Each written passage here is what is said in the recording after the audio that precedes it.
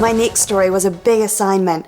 I was thrilled but a little nervous when BBC Middle East correspondent Frank Gardner agreed to an interview.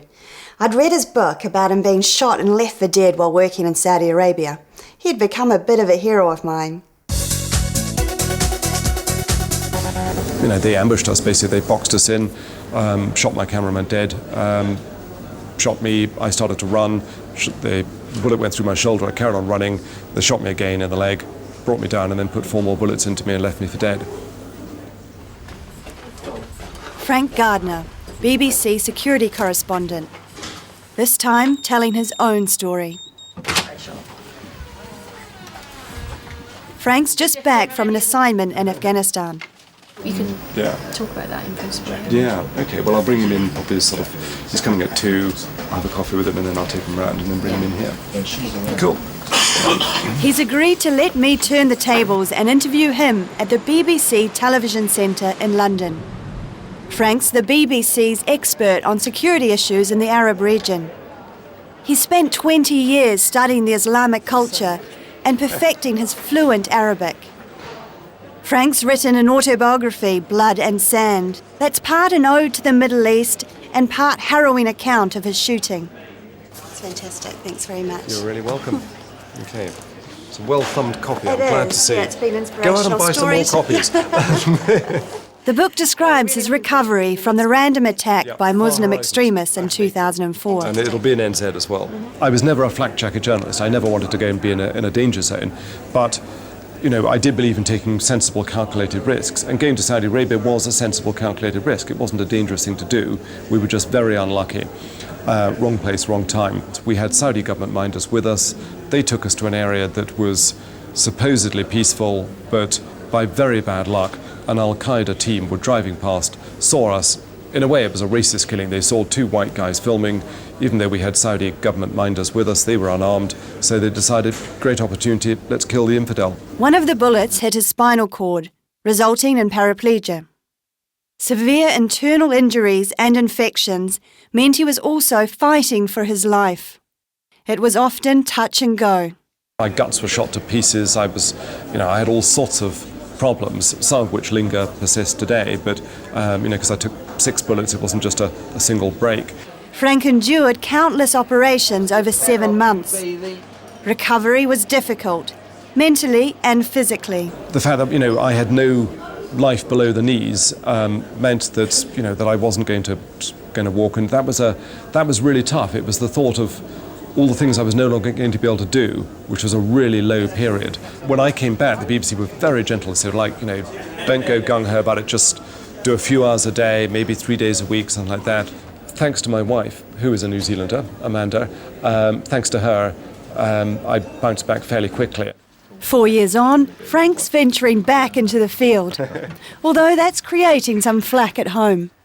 I didn't actually tell my wife that I was going to Afghanistan because I didn't want her to worry. I knew it was safe. It was completely safe where I went.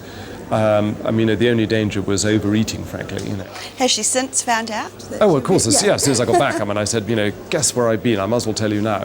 She was very good about it. She said, that was naughty.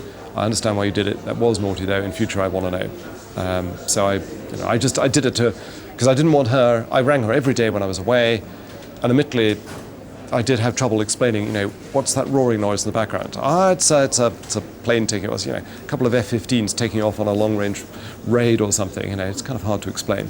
Frank's always been an adventurer. That hasn't changed. His latest challenge?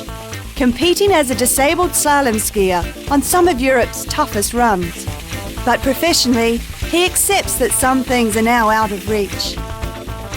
What I can no longer do is what I would call rucksack journalism, which to me is a really pure, good form of journalism, which is actually where I used to just every now and then just say, right, it's time to get back to the heart of the story, put a small rucksack on my shoulder, pack a tiny camera, folding telescopic tripod, head off to somewhere like Yemen, and just go and interview people in the back streets without minders, without interpreters, because I speak Arabic, without interpreters, without crew, sorry guys, but just nice and light, on my own, and just let people tell me their opinions, and which was fascinating because often it can be as blunt as George Bush, he is terrorist.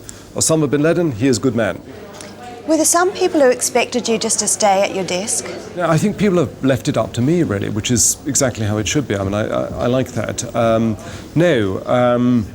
mean, I think initially people weren't sure how much to sort of cotton wool me.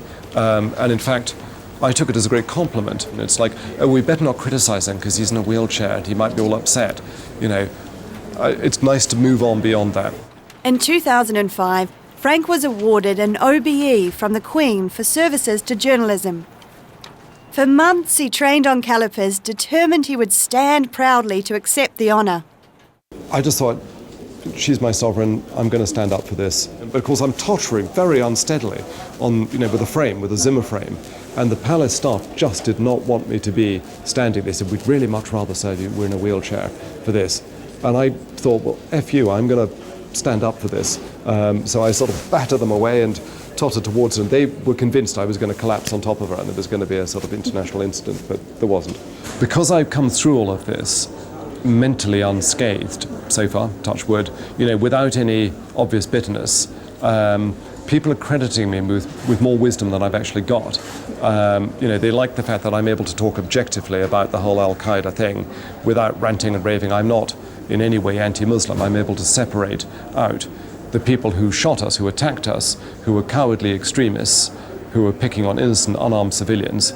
I'm able to separate them from the mainstream of Muslim society who condemned what happened to us. I didn't want to go to a combat zone. I would not go, you know, to a fire base that was under attack, or go to a place where, you know, there was a good chance that someone was going to come and nick the wheelchair. I mean, that would just be stupid.